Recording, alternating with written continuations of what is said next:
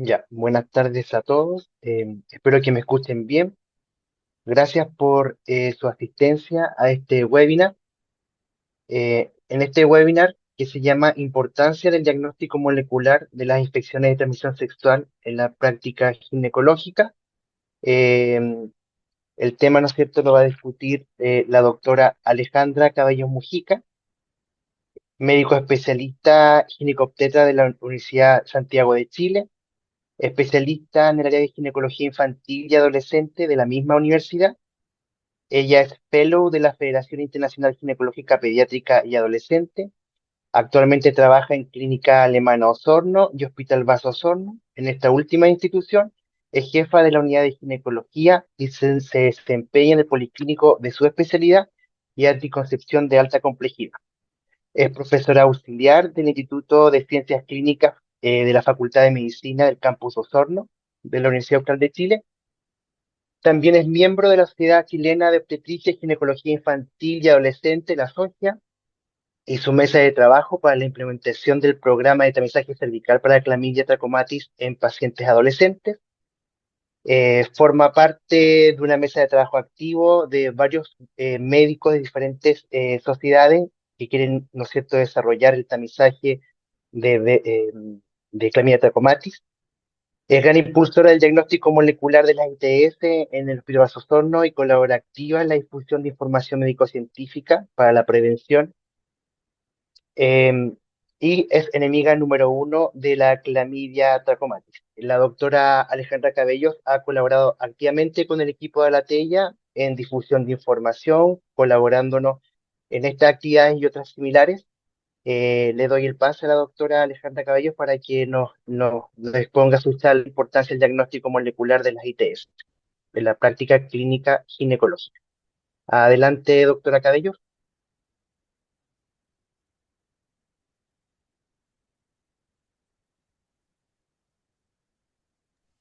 Ahí estoy con micrófono.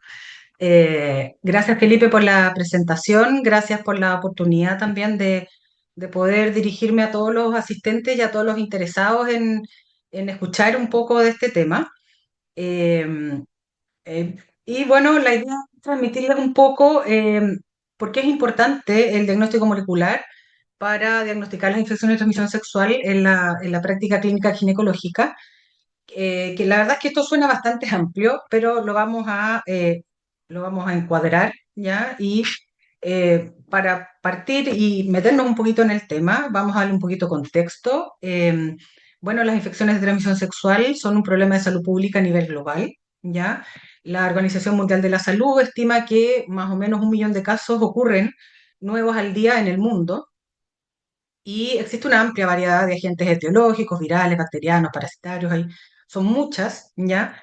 Se presentan con más frecuencia en población adolescente y adultos jóvenes. Y por último, recalcar o quizás mencionar que ya desde los años 80 el VIH ha estado en el centro de la atención, y eso lamentablemente ha opacado un poco al resto de las bacterias, y quizás por eso ustedes no escuchan tanto o no ha habido tanta actualización respecto al diagnóstico, especialmente de las bacterias y de los agentes de los que yo les voy a hablar hoy. Ahora, de todas las infecciones de transmisión sexual, obviamente no podemos hablar de todas, ¿ya? De lo que yo les voy a hablar hoy, principalmente son de las no virales, que son curables y por eso que son tan importantes, y que afectan específicamente o preferentemente al tracto genital. ¿Ya? Entonces, de todas estas infecciones más comunes, vamos a hablar de Trichomona vaginalis, Neisseria gonorrea, Chlamydia trachomatis, y también vamos a mencionar y hablar algo sobre Mycoplasma genitalium, que es un patógeno emergente que vale la pena conocer y empezar a considerar dentro del diagnóstico y tratamiento de nuestras pacientes. Ahora, esto que ven acá es un mapa de la Organización Mundial de la Salud, que yo, bueno, lo menciono, que son los cuatro fantásticos, que en el fondo son las cuatro infecciones de transmisión sexual más frecuentes del mundo, que son curables. Dentro de estas cuatro hay tres de las cuales vamos a hablar hoy, porque se presentan principalmente con manifestaciones del tracto genital, y son clamidia, trachomatis, gonococo y trichomona vaginalis. Por lo tanto, hablar de ellas no es solo por una cosa de mi odio, digamos, hacia la clamidia, sino que quisiera yo transmitirles la importancia clínica que tiene esto y el impacto que tiene no solo en nuestro país, en nuestra población, sino que en todo el mundo. Ahora, de todas estas infecciones, de estas cuatro, ya si contamos las tres de las que vamos a hablar hoy día, principalmente, más o menos son 170 millones de infecciones nuevas al año en el mundo, ¿ya? O sea, estamos hablando de infecciones que son importantes, ¿ya? Y que lo más importante es que son curables, ¿ya? Por lo tanto, necesitamos diagnosticarlas a tiempo, de buena forma, y tratarlas oportunamente para evitarnos todos los problemas que pueden generar, como vamos a ver en las diapositivas siguientes. Ahora, el panorama también en general es que las infecciones de transmisión sexual van en aumento a nivel global. Ya acá tenemos tenemos una gráfica de Estados Unidos, de la CDC, ya donde se ve un aumento sostenido de las infecciones. Acá uno ve se ve un pequeño gap que corresponde a los años de pandemia, que probablemente fue por el aislamiento, la falta de contacto, la falta de diagnóstico, pero finalmente rápidamente las infecciones por clamidia han ido en aumento. Gonorrea ha tenido un pequeño descenso, pero sífilis va en aumento, ¿ya? Y si vemos las estadísticas que ellos ven, la clamidia va en aumento, gonococo también va en aumento en relación a los años anteriores. Lo mismo pasa en la Unión Europea, ya donde gonorrea y clamidia también van en aumento. Entonces, estas más que nada es para que sepan, digamos, y para transmitirles de que esto es una realidad, es algo de lo que nos tenemos que hacer cargo y tenemos que dejar de pensar solo en VIH cuando hablamos de infecciones de transmisión sexual. Ahora, ¿qué pasa con nuestras estadísticas? Bueno, vemos el mismo comportamiento. En la línea negra pueden ver la gráfica de todas las infecciones de transmisión sexual, o sea, de todos los ingresos al programa ITS en nuestro país y en el sistema público. Vemos también aumento, vemos este mismo gap que corresponde a la pandemia. Y si vamos más específicamente a ver gonococo, que son las barritas verdes, vemos que está presente, ¿ya? Hay también una pequeña disminución y clamidia lamentablemente está incluida dentro de todas las uretritis no gonocócicas. Y bueno, si vamos viendo las barritas amarillas, podemos ver que también estas van en aumento, ¿ya? Estas estadísticas tienen algunas limitaciones, principalmente porque hay un subdiagnóstico, porque se testean principalmente personas que son sintomáticas y como vamos a ver, la mayoría de los casos son asintomáticos. Ahora, ¿qué pasa y por qué podemos poner como en el mismo saco a clamidia, gonococo, tricomonas y también a este nuevo personaje que es Mycoplasma genitalium? Porque, bueno, tienen una afinidad especial por el epitelio del tracto genitourinario y entonces tienen manifestaciones geniturinarias que son comunes. ¿Ya? Entonces, ¿cómo se puede presentar clínicamente esto? A través de disuria, molestias por orinar, dolor, ardor vaginal, un flujo vaginal anormal, ¿ya? Purulento, aumentado, de mal olor, etcétera. Sangrado poscoital, ¿ya? ¿Por qué? Porque como hay inflamación de las paredes vaginales o hay inflamación del cervix, puede haber un sangrado. También un sangrado uterino anormal, que puede ser excesivo, prolongado o intermenstrual, producto de ya afectación del endometrio y también puede cursar con dolor pélvico. Al examen podemos ver pacientes que tienen una cervicitis mucopurulenta, podemos ver edema a nivel del cuello, friabilidad, o sea, un cuello que sangra con facilidad al tocarlo, pueden presentarse úlceras cervicales y también existen las úlceras genitales con adenopatías, que es el linfogranuloma venéreo, que es exclusivo de ciertos serotipos de Clamidia trachomatis. Ahora, si toda esta infección progresa, ¿ya? Y sigue ascendiendo por el tracto genital, la paciente puede presentar una enfermedad inflamatoria pelviana con inflamación y infección del endometrio, de las trompas, de los ovarios, conformarse un absceso tubovárico y también haber una diseminación con una pelviperitonitis, ¿ya? Dentro de esto hay un cuadro que tiene este nombre propio enredado, que es Fitzhugh-Curtis, que en el fondo es esta enfermedad inflamatoria pelviana con una perihepatitis, producto de toda esta reacción inflamatoria y presencia de pus en la pelvis, que provoca una inflamación desde afuera del hígado. ¿Ya? Estos cuadros infecciosos pueden llegar a ser muy graves, pueden provocar sepsis, shock séptico e incluso la muerte en nuestras pacientes. También pueden tener manifestaciones extra genitales, digamos, como artritis reactiva, derrame pleural, y si es que las infecciones no son tratadas oportunamente o no llegan a ser tan graves y quedan ahí latentes, pueden provocar un dolor pélvico crónico producto de las adherencias y también infertilidad tubario y embarazo ectópico. ¿Ya? Ahí en ese dibujo hay una pequeña gráfica de de cómo se afectan, ya como la colección de pus, en estos casos de ya abscesos tubováricos, produce una reacción inflamatoria y finalmente ahí también una imagen de qué es lo que ocurre cuando estas trompas quedan obstruidas, ocurre un embarazo ectópico que al crecer dentro de la trompa, esta se rompe y la mujer puede morir por una hemorragia masiva producto de esta rotura de la trompa. Ahora, solo para mencionar, porque no es el objetivo de esta presentación, porque la verdad es que para hablar de las implicaciones obstétricas y sobre parto prematuro y otras cosas, tendríamos que hacer otra presentación y esa no es mi área de expertise, ya, pero solo mencionar que además están involucrados en la rotura prematura de membranas, parto prematuro, infección intraamniótica, se asocian con bajo peso al nacer, también con muerte neonatal, pueden ser transmitidas entre un 50 o 75% al recién nacido, provocando conjuntivitis, neumonía y sepsis. ¿Ya? O sea, la verdad es que estas infecciones son bastante importantes y afectan no solo a la mujer, sino que cuando está embarazada también tiene implicancias en el recién nacido, ¿ya? Y como se dice un poco, además, ¿ya? Aumenta el riesgo de contagio de otras infecciones de transmisión sexual, ¿ya? La presencia de una ITS favorece el contagio de otra, aumentan el riesgo de adquirir y transmitir VIH, obviamente como hay una infección, las barreras de defensa están alteradas, entonces aumenta la posibilidad de adquirir y transmitirlo y además son factores de progresión que favorecen la producción del cáncer cervicuterino, que sabemos que ocurre por la infección del virus papiloma, ¿ya? Y la infección por Clamidia trachomatis, por ejemplo, es un cofactor independiente.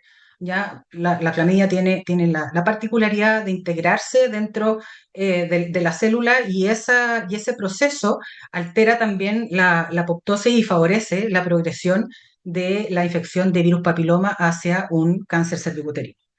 ¿Ya? Bueno, en el CDC de Estados Unidos tiene estimado que aproximadamente el 6% del VIH que se adquiere fue gracias también a una coinfección por una clamidia, ¿ya? O por también gonorrea, lo que claramente también es un factor importante a considerar. Y es por eso también que el enfrentamiento en general de las ITS es en conjunto, ¿ya? Ahora, estas bacterias que trabajan en equipo muchas veces, además, provocan una respuesta, la respuesta a la infección natural no induce una memoria inmunológica robusta, por lo tanto, la reinfección es muy frecuente, entonces no es como otras infecciones que si la tuviste una vez tienes defensas y nunca más te pasa, entonces cada vez que se esté expuesto a este agente puede ocurrir nuevamente una infección, ¿ya? Y bueno, uno de los grandes problemas que hay es que todas ellas pueden ser asintomáticas en grados variables. Aquí las más relevantes son Neisseria gonorrhoeae, Chlamydia trachomatis, Trichomonas vaginalis también, dependiendo de la población, es bajito, un 7%. Y Mycoplasma genitalium, la verdad es que todavía no hay números muy claros con respecto a la aportación asintomática en población general. Hay algunos estudios en población de riesgo. ¿Ya? Y el problema es que esta, si bien es asintomática, la paciente no se da cuenta que lo tiene, eso no quiere decir que no provoque daño. ¿Por qué? Porque al estar ahí, estas bacterias, especialmente Clamidia y gonococo y Mycoplasma genitalium, al estar en el tracto genital superior, siguen produciendo inflamación, siguen produciendo adherencias, obstrucción tubaria y todas las consecuencias a largo plazo que yo les mencioné. Ahora, ¿qué hacemos para poder encontrar estas infecciones y manejarlas oportunamente? ¿Ya? Someramente ustedes, bueno, yo sé que aquí en el auditorio hay hartos tecnólogos, probablemente saben mucho más de esto que yo, pero quise nombrarlo como para que sepamos, digamos, cuáles son nuestras herramientas. Bueno, Trichomona vaginalis es un protozoo flagelado anaerobio, ¿ya? Que es muy lábil en el ambiente, por lo tanto, no es muy fácil, o sea, no es tan fácil de diagnosticar como otro. Es el único agente que tiene un cuadro clínico un poco más patognomónico, se podría decir, más característico, y es lo que está mencionado acá, que es la colpitis macularis, que es poco frecuente, perdón, pero que si uno la ve es altamente concordante con una infección por tricomona, que es estos puntitos rojos, digamos, ya en el cuello, y también se asocia a este sangrado espumoso bien característico que a veces puede ser purulento o medio grisáceo, con un mal olor característico. ¿Ya? Sin embargo, solo con el cuadro clínico obviamente no podemos confirmar ni saber con certeza que se trata de una tricomona. Ahora, si queremos hacer un diagnóstico más preciso, tenemos distintos elementos. Tenemos la microscopía directa, que lamentablemente tiene una baja sensibilidad, por lo que yo les comentaba, es termolábil, y la especificidad, la verdad es que depende también de la experiencia del operador. Porque, bueno, hasta antes que yo estudiara este tema de las tricomonas, yo pensé, que la tricomona vaginalis era como la única que existía, pero en realidad hay más tricomonas. ¿Ya? Y hay una que se llama hominis, que vive en el intestino y que puede contaminar las muestras, ¿ya? Y la verdad es que es muy parecidas, es que pueden haber ahí en la gráfica, son muy parecidas, el tamaño es un poco menor, entonces la experiencia del operador tiene que ser importante, a veces alguno de los flagelos se puede perder también, si es que la muestra no es manejada de forma apropiada, ¿ya? El cultivo tiene una sensibilidad que es un poco, que es más alta, pero demora 5 o 7 días, permite estudiar la susceptibilidad a antibióticos, como todos los cultivos, ¿ya? Sin embargo, en general no se usa, ¿ya? Hay algunos test rápidos de detección de antígenos que son, como dicen su nombre, son muy rápidos, tienen alta sensibilidad y especificidad, y la verdad es que desconozco si existen en Chile, ¿ya?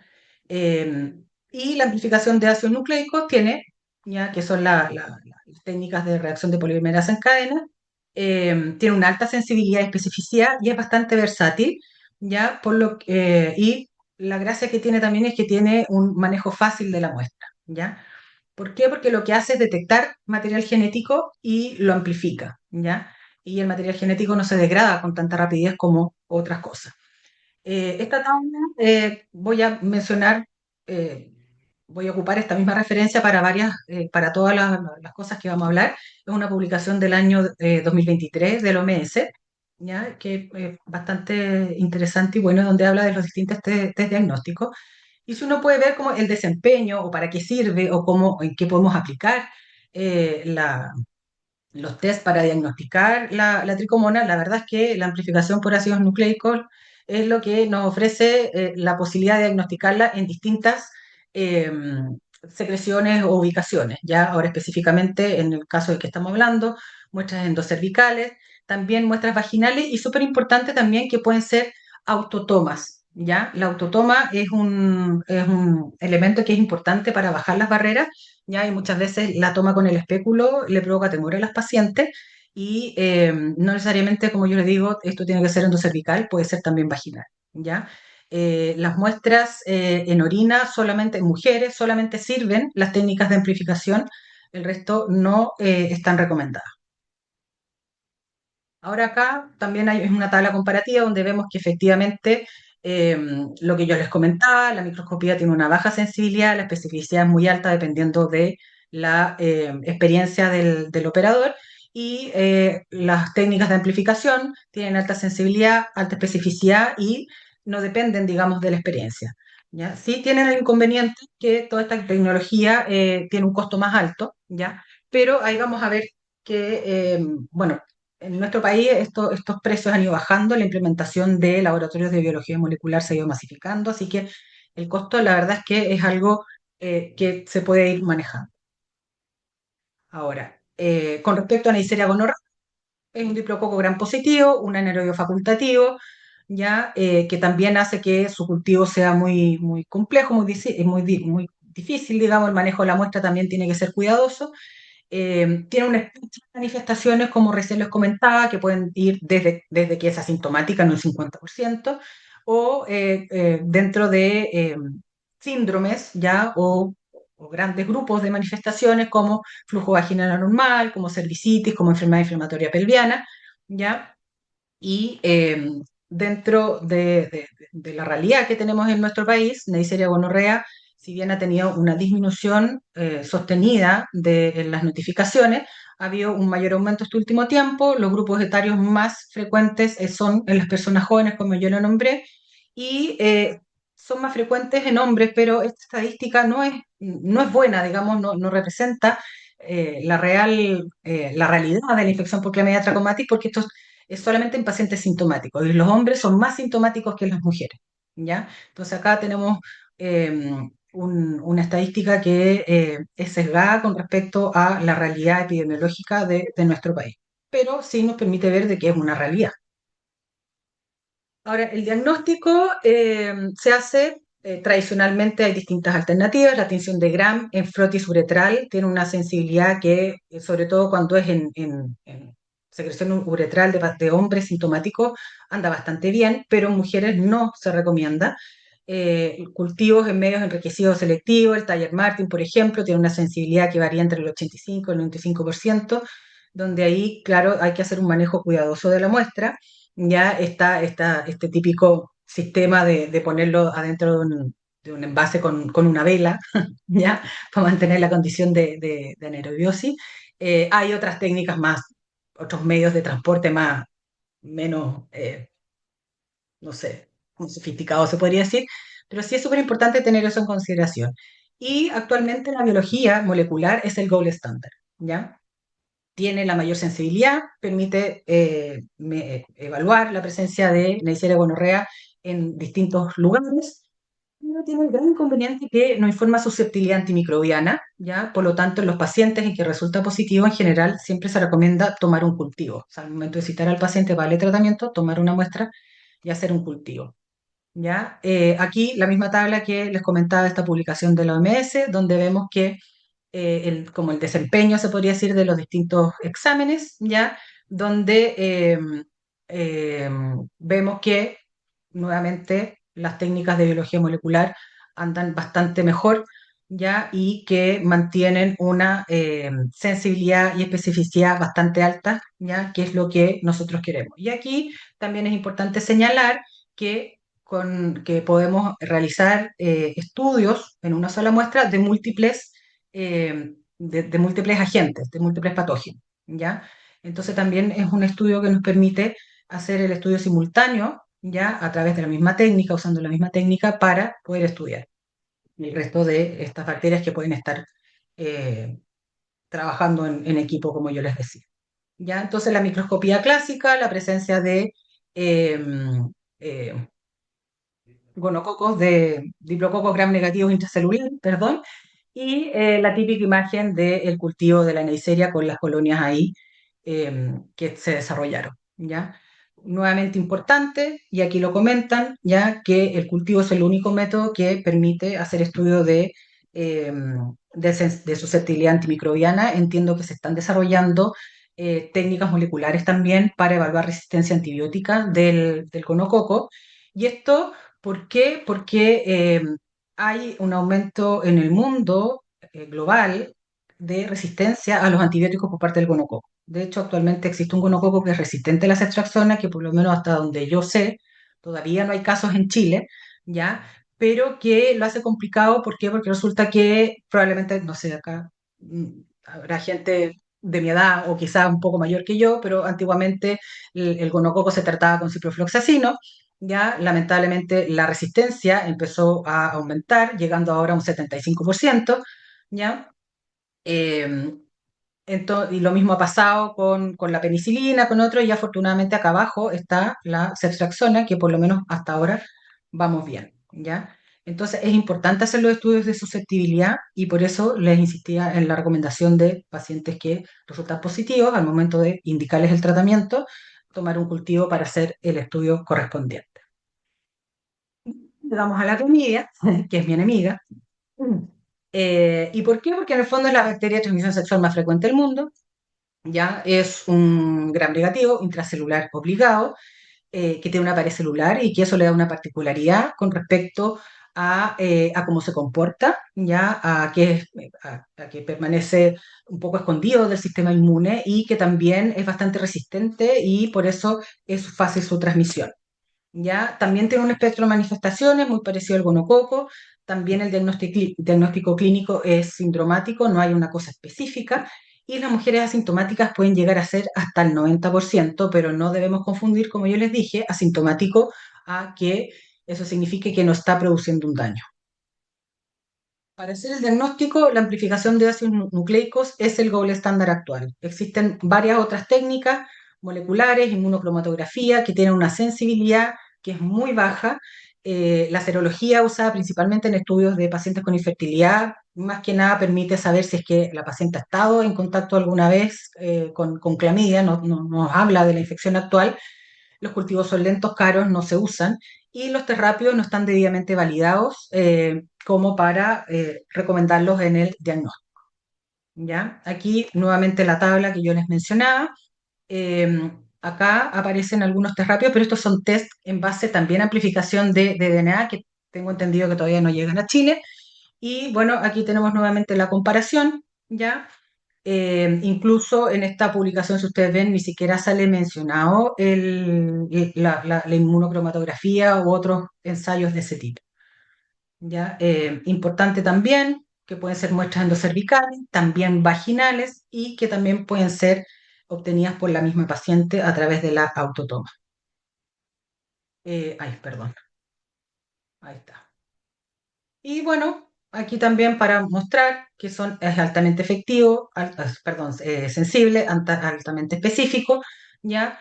Y esto es lo que nos tiene que motivar para implementar y poder tener a nuestra disposición esta tecnología para poder diagnosticar realmente la infección por clamidia.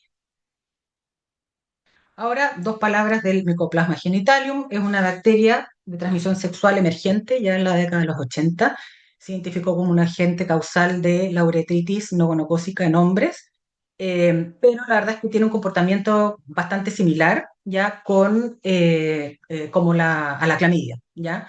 Está involucrada en procesos de enfermedad inflamatoria pelviana, ¿ya? Se ha visto que puede estar presente en mujeres coinfectando, en mujeres que tienen una infección de transmisión sexual en un 20-40%, en población general es variable, porque esto, la verdad, recién ahora se está empezando a conocer y a estudiar con más detalle. Aquí les muestro una foto de una paciente, de un caso que tuvimos en el hospital y que gracias a la implementación de Felipe, de su panel de ITS y de úlceras genitales, pudimos detectar este caso que se presentó en una adolescente de 15 años con un cuello que tenía aspecto neoplásico, ya, pero llamaba mucho la atención porque era muy joven como para tener una neoplasia y le hicimos todo el estudio y efectivamente había una coinfección de virus herpes simple 2 con un micoplasma genitalium.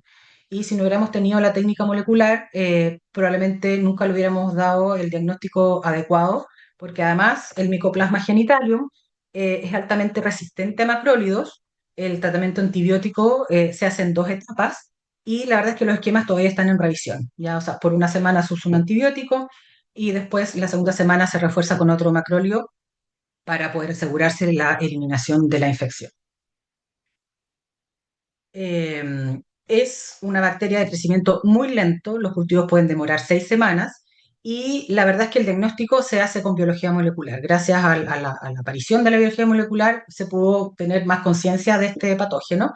Obviamente es más rápido, tiene una alta sensibilidad y especificidad y también tiene una gran versatilidad como por todo lo que hemos visto, digamos, puede ser estudiado en distintas secreciones, en distintos lugares y para Mycoplasma genitalium sí hay estudios moleculares de resistencia antibiótica, ¿ya? Por lo tanto, también aquí la biología molecular nos está ayudando a poder aclarar finalmente cuál va a ser el tratamiento, el mejor tratamiento para el Mycoplasma genitalium. Ahora, visto todo esto, en el fondo, ¿qué nos ofrece la biología molecular y por qué yo pareciera estar tan entusiasmada con esta cosa de la biología molecular? Y es porque nos permite un diagnóstico rápido, ¿ya? Nos permite un diagnóstico seguro, con una alta sensibilidad y especificidad, ¿ya? Es el gold estándar para el diagnóstico en Neisseria gonorrea, en Chlamydia trachomatis y en Mycoplasma genitalium. La toma de muestra y el manejo es súper fácil, incluida la autotoma, ¿ya? O sea, con una tórula uno la mete en el tubo que corresponde, en el medio de transporte. En general no es necesario conservarla a una temperatura muy extrema, no es necesario refrigerarlas, ¿ya? Ahora, obviamente cada kit, cada laboratorio tiene su propia recomendación de manejo de la muestra, pero en general esto es mucho más fácil que, por ejemplo, el cultivo de gonococo, de meterlo entre el tarrito de algún método específico o tener ahí mismo los medios de cultivo para sembrar inmediatamente la muestra. Ya en el caso, por ejemplo, de la tricomona, que es termolábil, ya que muchas veces se pierde la muestra o, digamos, las características de la tricomona para poder hacer un diagnóstico adecuado por microscopía. Entonces, la verdad es que es mucho más fácil para el clínico, además, ¿ya? Tomar una muestra, meterla en un tubo y que se vaya al estudio y tener la seguridad de que vamos a tener un diagnóstico correcto. Eh, Como mencionaba, permite el análisis de múltiples agentes en una sola toma y también permite la evaluación en sitios extragenitales, que, bueno, el foco está puesto principalmente en las manifestaciones genitales y las implicancias de la vía genital, pero también la presencia en sitios extragenitales es importante saber que existen y que también se pueden estudiar con técnicas de biología molecular. Ahora, para ir terminando, quiero mencionarles dos situaciones en las cuales considero ya que el diagnóstico molecular es crucial, ¿ya? Y esas son en el caso de agresiones sexuales a menores y del tamizaje, ¿ya? Bueno, en el caso de agresiones sexuales a menores, la, la constatación de una infección de exclusiva transmisión sexual es constitutiva de delito, por lo tanto, es súper importante tener la certeza de que realmente estamos frente a ese patógeno y no otro, ¿ya? Que si tenemos una tricomona, es una tricomona vaginalis y no una hominis. Que si tenemos un examen, una inmunocromatografía que nos sale negativa para clamidia, digamos, sepamos que realmente está negativa porque no está la infección, ¿ya? Y eso la verdad es que no nos puede dar la inmunocromatografía. Lo mismo con el gonococo, ¿ya? Entonces, en estos casos, en que además, obviamente, siempre es importante hacer un manejo oportuno, pero en estas niñitas, con mayor razón, necesitamos ya que estos estudios sean realizados para tener seguridad con técnicas de biología molecular, ¿ya?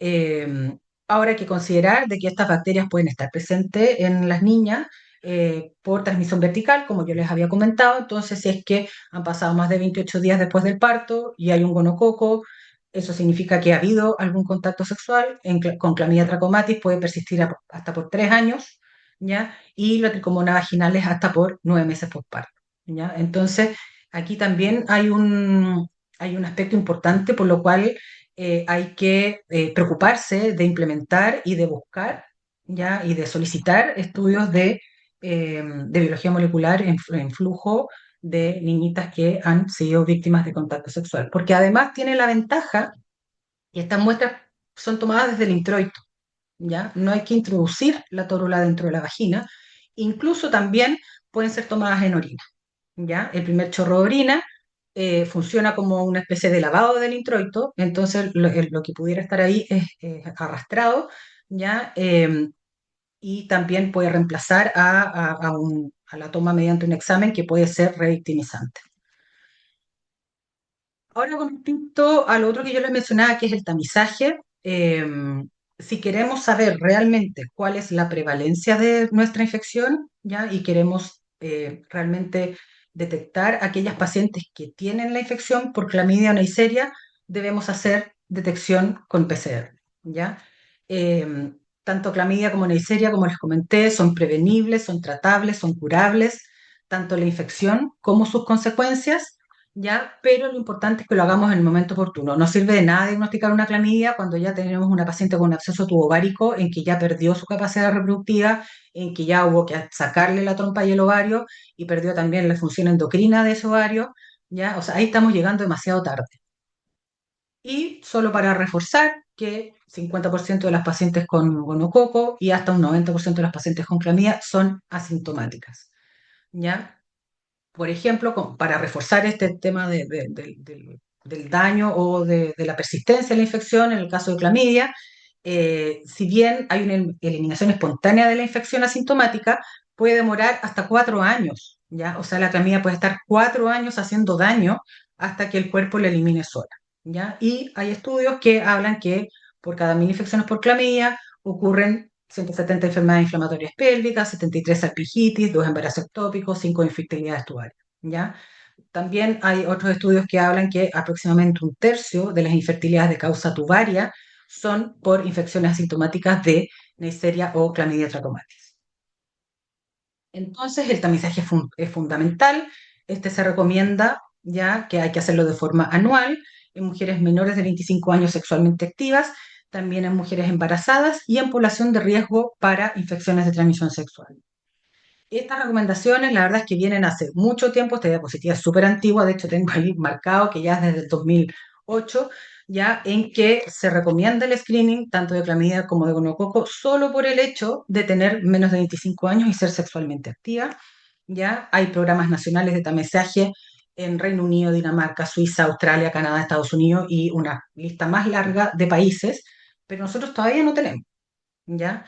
Ahora, ¿qué pasa con clamidia y gonococo? La misma gráfica que les mostré. Lamentablemente, la estadística que tenemos es en base a estudios que no son, eh, pacientes que han sido evaluadas con técnicas que no son lo suficientemente sensibles para poder detectar eh, adecuadamente la infección.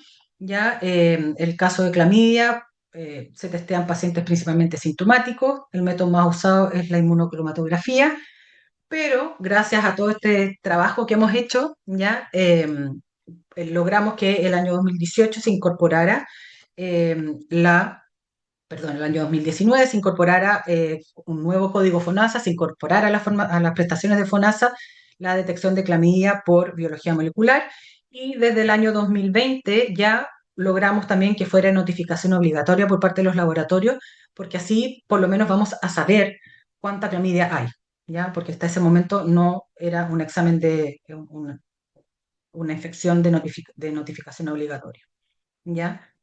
De los pocos estudios que hay de prevalencia con técnicas de amplificación de ácidos nucleicos, ya acá hay un resumen, digamos, de los estudios que se han hecho. Tengo el honor de estar en esta tabla gracias a un estudio que hicimos en el hospital, y podemos ver que la prevalencia va entre 5,5 a 9% en mujeres menores de 25 años, y esto sube hasta un 19% en mujeres embarazadas. ¿Ya? Y resulta que el tamizaje para clamidia es costo efectivo si la prevalencia es mayor del 3%. Entonces, ¿qué estamos esperando en el fondo para empezar a hacer tamizaje como corresponde?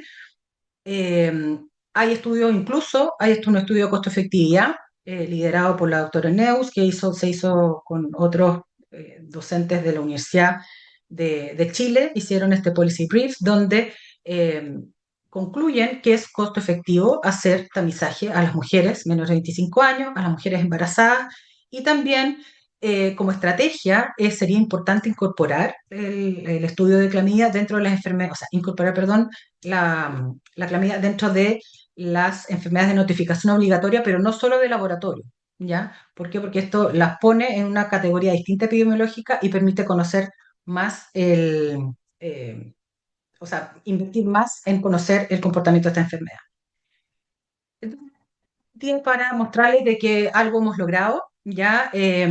Esta gráfica muestra cómo ha ido aumentando la solicitud de exámenes, con la franja amarilla en el fondo son los exámenes procesados, o sea, los exámenes solicitados, cómo han ido aumentando de forma importante, ¿ya? Y cómo la reactividad también ha ido aumentando. Ahora, en esta gráfica está todo mezclado. Hay biología molecular, hay inmunocromatografía, ¿ya? Pero coincide que este ascenso también va asociado a que cada vez se han ido incorporando más los exámenes de biología molecular.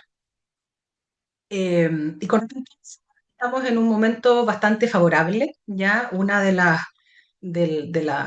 los legados que nos dejó la pandemia del COVID es que hubo una expansión muy importante de los laboratorios de biología molecular. Los tecnólogos que están acá lo saben. Fue una expansión explosiva, y toda esta capacidad instalada tiene que seguir usándose, ¿ya? Y entonces esto nos abre la oportunidad para poder incorporar estas técnicas en los distintos centros donde cada uno trabaja, para poder, entre otras cosas, lograr que haya un tamizaje de clamidia, también de Neisseria, ya, porque estamos en deuda con las mujeres porque una detección oportuna evita complicaciones y también nos ayuda a evitar complicaciones en los recién nacidos, como yo les mencionaba, como la neumonía y la conjuntivitis neonatal. Bueno, eso es un poco lo que les quería contar. Espero que les sirva, que los motive, ¿ya? Y bueno, quedo abierta a las preguntas que puedan tener. Muchas gracias por tu presentación, doctora Cabello. Eh, si tienen alguna consulta, la pueden hacer directamente por el audio o revisamos las preguntas que hay en el chat. Tenemos varias preguntas en el chat. Milton pregunta, ¿la detección de estas infecciones de transmisión sexual se pueden realizar en paralelo a la genotificación de pH utilizando la misma muestra? Milton utiliza la citología a base líquida, por si acaso, que es una muestra Eh, endocervical. bueno, A ver, en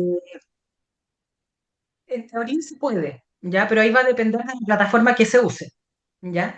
Porque está el COAS que usa otra plataforma y que tengo, no sé si es que se puede hacer todo junto, ¿ya? Pero en teoría sí se puede, ¿ya? Ahora, ojo, que la genotipificación de BPH se empieza a hacer desde los 30 años y el screening se empieza a hacer, se hace hasta los 25. Ahora, ¿qué pasa? Que uno puede tener una paciente que al momento de tomar el VPH tiene una cervicitis o tiene, uno ve que hay algo, bueno, y por supuesto que a esa persona se le puede hacer un panel de ITS y con la misma muestra se podría hacer la misma determinación. Corrígeme, Felipe, que tú eres más experto en esos Sí, detalles. sí, efectivamente, con la citología base líquida que tenemos nosotros y con la plataforma, se puede hacer simultáneamente la genotificación de BPH y también detectar STI en forma múltiplex.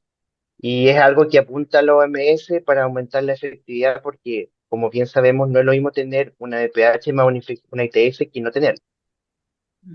Y otra pregunta, José dice, ¿da lo mismo tomar muestra vaginal o endocervical para el diagnóstico de ITS? Molecular da lo mismo, ¿ya? Pero para las otras técnicas sí hay que hacer la distinción. Exacto. Danitza Alfaro dice, en el caso de micoplasma, ¿qué tratamiento se debe dar y se considera o no ITS? Entre paréntesis, tratar sí o sí o de forma sintomática. A ver, aquí hay que diferenciar porque está el Mycoplasma genitalium, el hominis y Mycoplasma hominis, sí, esos dos, ¿ya? Que muchas veces están incorporados en estos paneles, ¿ya? Pero el Mycoplasma hominis no tiene ni una importancia en la mujer que no está embarazada, ¿ya? Se considera un comensal, una bacteria que vive normalmente en la zona genital. En cambio, el Mycoplasma genitalium no. El Mycoplasma genitalium es un patógeno y necesita tratamiento, ¿ya? Y ahí, bueno, hay distintas alternativas. Hay algunos esquemas que son en base a moxifloxacino por 2 semanas. También hay otros que son con doxiciclina por una semana y después acitromicina por otra. Eso. De todas formas, hay una... Ah, espérame. Déjame ver acá. Ahí, no sé si pueden ver, ahí en esa diapositiva les puse la bibliografía más relevante, ya de donde saqué toda la información. Hay ahí un link a una página que es de autoestudio de enfermedad de transmisión sexual, que es súper bueno, ya está súper actualizado. Y también están las guías de la CDC y el documento que les hablé de la OMS del 2023.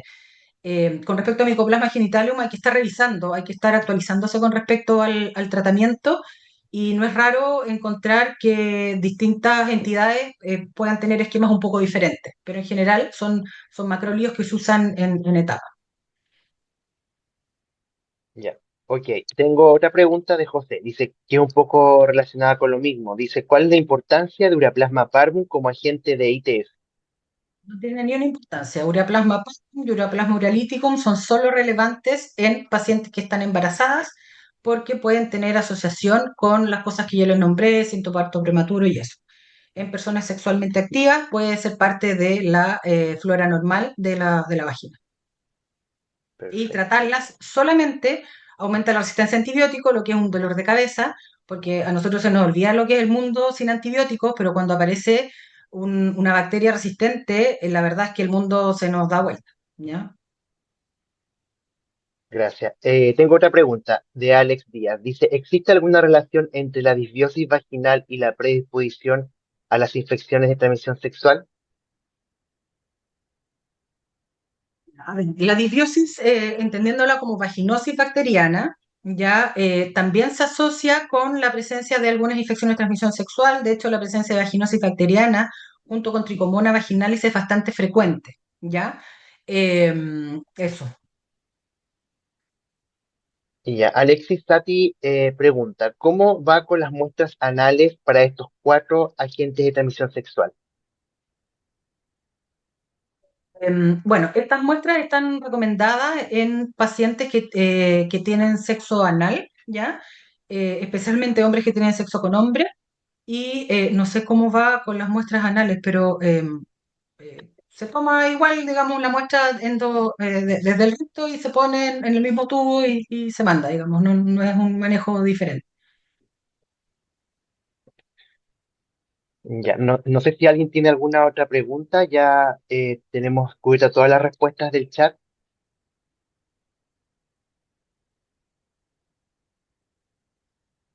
No tenemos más preguntas. ¿Alguna persona que quiera hacer una pregunta por el audio?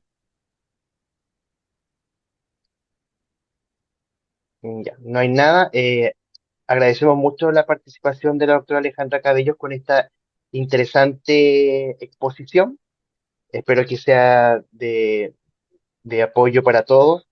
Esperamos vernos en una próxima webinar con más temas interesantes y que tengan muy buenas tardes. Súper, Gracias, muchas gracias. chao.